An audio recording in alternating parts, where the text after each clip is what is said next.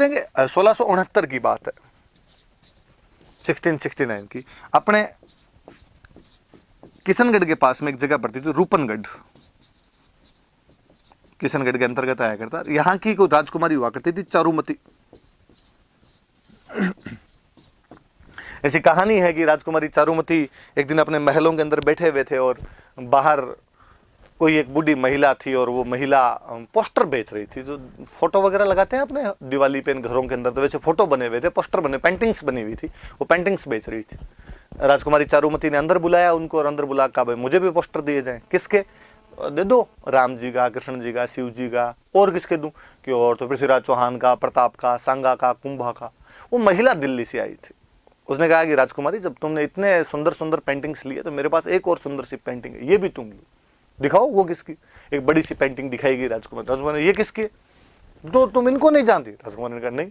अरे का ये बादशाह सल्तनत हिंदुस्तान आलमगीर जहांपनाह औरंगजेब स्वयं है। उसने कहा अच्छा ये औरंगजेब की पेंटिंग है? कहा ये भी दे दे।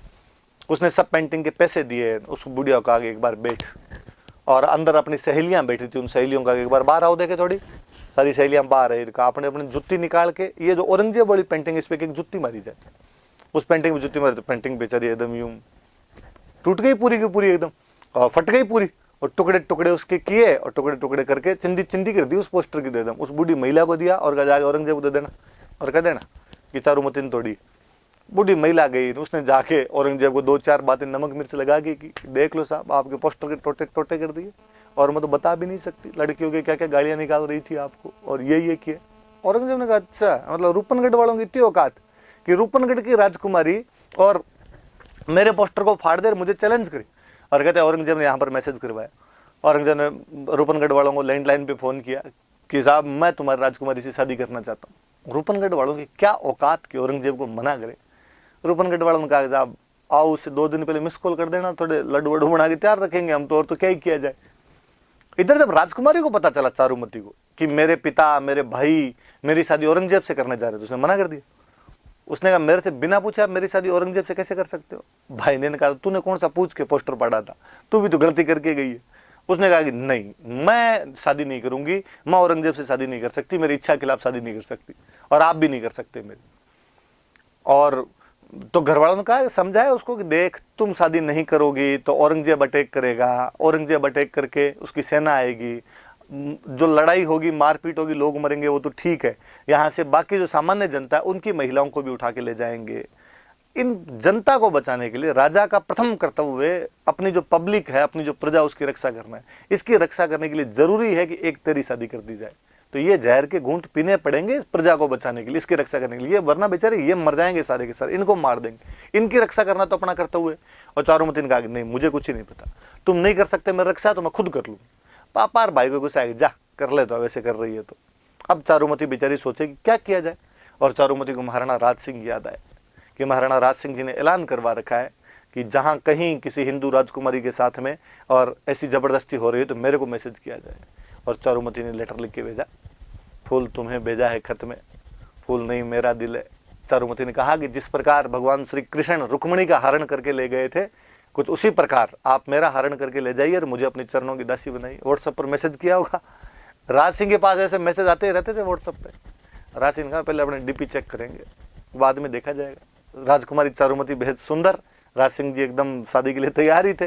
राज सिंह जी ने हाथों हाथ थम्स अप भेजा कि तुम तो शादी वाला कार्ड भेज दो, लगन वगन कब है बाकी मैं देख लूंगा।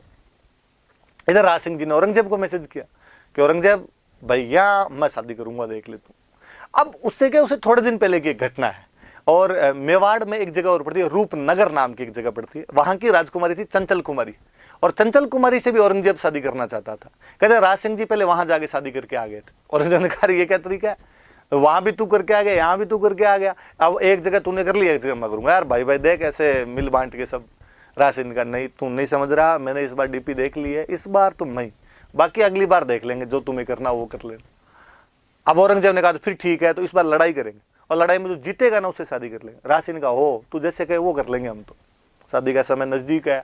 राज सिंह जी ने अपने सामंतों को बुलाया, और सामंतों को बुला के कहा कि भाई मैं राजकुमारी चारुमती से शादी करने के लिए जा रहा हूँ, पर उधर से औरंगजेब भी सेना लेके आएगा, तो आप एक काम करो आप अपनी मेवाड़ की सेना लेके जाओ और सेना को अजमेर में रोक लो, और जब तक मेरे फेरे नहीं हो तब तक रोक के रखना, बाद में खुद आ जाऊंगा। तैयार हो आप? मेवाड़ वालों का साहब मना कब किया? महिला की, ब्राह्मण की, गाय की, जनता की, इस रक्षा के लिए इतने सालों से लड़ते मरते भिड़ते आ रहे हैं, हमने कब मना किया किन चीजों के लिए? और यदि अबला नारी पुकार रही है तो आपको जाना चाहिए, इस बात पे शादी करनी चाहिए, निश्चिंत होकर जाइए, हम लड़ाई कर लेंगे। राज सिंह जी तो भाई बारात लेके गए रूपनगढ़, मेवाड़ की सेना जाएगी अजमेर। सेना लेके कौन जाए? सेनापति जो हरावल में रहे हो। मेवाड़ के सेनापति कौन? तो शुरुआत वाली क्लास याद करना, सलुम्बर वाले। सलुम्बर का जो उस समय सामंत था उसका नाम था रतन सिंह चुंडावत। खानवा के युद्ध में भी सलुम्बर के जो सामंत और रतन सिंह चुंडावत, पर दूसरा, वो फर्स्ट ये सेकंड मान लो बोले आप। रतन सिंह चुंडावत सलुम्बर के सामंत हुआ करते थे।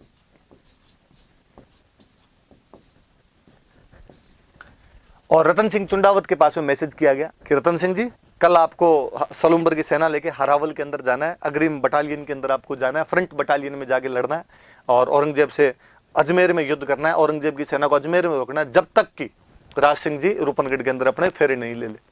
कहते हैं रतन सिंह जी के पास ये जब समाचार पहुंचे थे, उसी दिन रतन सिंह जी की खुद की शादी हुई थी। वो अपनी हाड़ी रानी से शादी करके आए थे, सहल कंवर नाम करके हाड़ी रानी थी, उससे शादी करके उसी दिन आए थे। हाड़ा चौहानों की बेटी थी इसलिए वो हाड़ी हो गई, तो हाड़ी रानी बोलते हैं भाई उसको।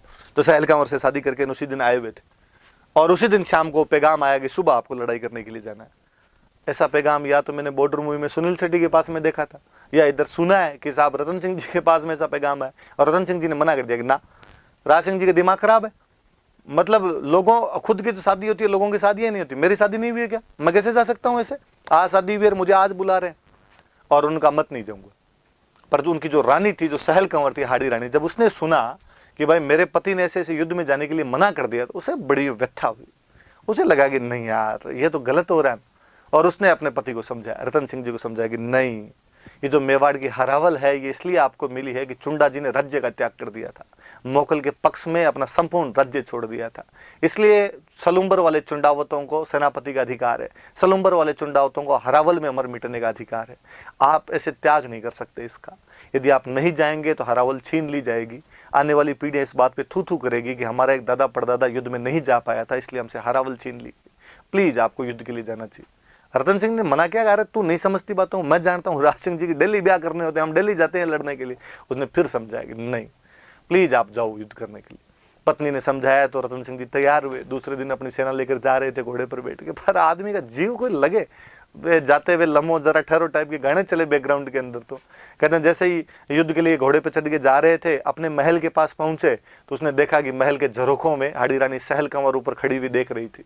रतन सिंह जी ने अपना घोड़ा रोका और पास में कोई सैनिक खड़ा था, उसको कहा ऊपर जा, और ऊपर जाके और रानी साहब को कहे कि मेरे लिए कुछ निशानी भेज दे, कुछ चीज दे दे अपनी कोई ना कोई, कि जैसे हनुमान जी जब माँ सीता के पास गए थे तो माँ सीता ने अपने कंगन उतार के दे दिए थे, राम जी के पास भेज दिए थे, उस प्रकार तो कुछ निशानी लेके आ मेरे लिए। तो गया, सैनिक ऊपर गया, उसने जा कहा हाड़ी रानी सहल कंवर को कि रानी साहब नीचे रतन सिंह जी खड़े हैं और आपके लिए कोई ना कोई, आपकी कोई ना कोई निशानी मंगवा रहे। उसने सोचा यार निशानी आ जाएगी तो युद्ध में थोड़ा उसको देख के टाइम पास करेंगे। सहल कंवर पुनः सोचती है कि जब मेरा पति युद्ध में जाने से मना कर रहा है, युद्ध में जा नहीं पा रहा है, अभी भी उसका मन यहीं अटका हुआ है, इस बात की क्या गारंटी है कि युद्ध में जाने के बाद लड़ लेगा। वो पुनः सोचती है कि मैं उस परिवार की लड़की हूं कि मेरी बुआ ने, जब मेरे फूफा जी युद्ध के बीच से वापस आ गए थे तो किले के दरवाजे बंद करके अपने पति को अंदर नहीं आने दिया था। मैं उसकी भतीजी हूं, वो मेरी बुआ थी। एक तो कहते हैं भाई जोधपुर के महाराजा जसवंत सिंह जब युद्ध के बीच से वापस आ गए थे तो उनकी जो हाड़ी रानी थे जसवंत देव, उन्होंने किले के दरवाजे बंद कर दिए थे। उन्होंने कहा ऐसे बेलखने पति से अच्छा है पति हो ही नहीं। और सहल कंवर सोचती है कि मैं हूं जिसका पति युद्ध में जाने से इनकार कर रहा है, धिक्कार है। ऐसी सुंदरता, इस खूबसूरती का ही लेके क्या करना है। और सहल कंवर कहते हैं कि जब मेरी वजह से मेरा पति युद्ध में नहीं जा पा रहा है तो मैं जीवन समाप्त कर देना चाहिए मुझे। और उसने अपना सर काट कर दे दिया था और कहा कि रतन सिंह जी को जाके ये दे देना। नीचे जैसे ही सैनिक वो सर लेके रतन सिंह जी के पास में गया, रतन सिंह जी हक्के बक्के रह गए। अब तो उनके भी समझ में आ गया कि मैं कितनी बड़ी गलती कर बैठा। पर कहते हैं कि उस युद्ध में रतन सिंह जी इतनी बहादुरी से लड़े थे, उन्होंने वो सिर अपने, उसके जो बाल थे वो गले के अंदर बांध लिए थे। उस अजमेर वाले घाटे में उन्होंने औरंगजेब की सेना को इंच आगे नहीं बढ़ने दिया था। ऊपर से पत्थर मार मार के औरंगजेब की सेना को यहाँ से भगा दिया गया था। राज सिंह जी सकुशल चारुमती से शादी करके वापस लौटे थे। कभी बहुत पहले मैंने एक कहानी पढ़ी थी, लक्ष्मी कौरी चुंडावत की लिखी हुई कहानी है, जिसमें वहां पर राजसमंद की पाल पर बैठकर राज सिंह जी अपने शादी से पहले होने वाली घटनाएं चारुमती को सुना रहे हैं। और जब कहानी समाप्त होती है तो चारुमती पूछते हैं कि रतन सिंह जी लड़ते हुए मारे गए और उसके बाद क्या हुआ। राज सिंह जी कहते हैं कि वो दोनों सर्वस्व त्याग कर गए। एक ने अपने पति युद्ध में नहीं जा रहा था इसलिए अपना गला काट कर दे दिया, सर काट कर दे दिया था। एक देश की रक्षा के लिए लड़ता हुआ मारा गया था। उन दोनों की वजह से आज हम दोनों बैठे हुए, कि आज हम दोनों का यदि यहाँ पर अस्तित्व है तो उनकी वजह से। आपने वो सुना भी होगा कि चुंडावत मांगी सेनानी, सिर काट दे दियो सतरानी, कि चुंडावत ने सेनानी मतलब निशानी मांगी थी, उस सतरानी ने अपना सर काट कर दे दिया था। आज भी हम उन हाड़ी रानी को बड़े सम्मान के साथ याद करते हैं। आज भी हमारे राजस्थान की महिला पुलिस की जो बटालियन होती है उसका नाम हम हाड़ी रानी बटालियन के नाम से जानते हैं। आज भी वो हाड़ी रानी प्रातस्मरणीय है, हमें एहसास कराती है कि कोई महिला अपने देश के लिए किस हद तक जा सकती है, इवन यहाँ तक कि अपना सर काट कर दे सकती है। कि माँ सीता ने तो केवल कंगन दिए थे अपनी निशानी के तौर पर, यहाँ पर तो उसने सलुम्बर के धीस के लिए अपना सर काट कर दे दिया था। राजस्थान के कवियों ने इस बात को बेहद प्रमुखता से उठाया और अपने एक बहुत बेहतरीन कवि हुए मेघराज मुकुल, और मेघराज मुकुल ने इस हाड़ी रानी को सेंटर में रख के एक कविता लिखी, सेनानी। और सेनानी का मतलब अपनी राजस्थानी भाषा में होता है, राजस्थानी भाषा का शब्द सेनानी, हिंदी में आप बोलो तो आप कह दो निशानी, निशानी थी। तो ये थोड़ा ध्यान रखना कि मेघराज मुकुल की कविता का नाम क्या है, तो सेनानी उनकी कविता का नाम। और मेघराज मुकुल की और कई कविताएं पढ़ेंगे तो ध्यान रखना भाई, हाड़ी रानी सहल कंवर आपके याद रहनी चाहिए। प्री में, मेंस में, कहीं पर भी आपके इनका सवाल पूछा जा सकता है। तो जो कहानी थी वो ये थी। किससे शादी करने की बात थी? चारुमती से। कब की बात थी? 1669 की। दो साथ साथ में दो अलग अलग कहानियां, दोनों याद रहनी चाहिए आपके। फिर आगे बढ़ते हैं, देखो फिर अपने पढ़ते हैं राज सिंह जी का कल्चरल अचीवमेंट। मैंने अभी बताया कुंभा के बाद में सबसे ज्यादा कल्चरल अचीवमेंट इसी बंदे का था। खूब सारे मंदिर बनवा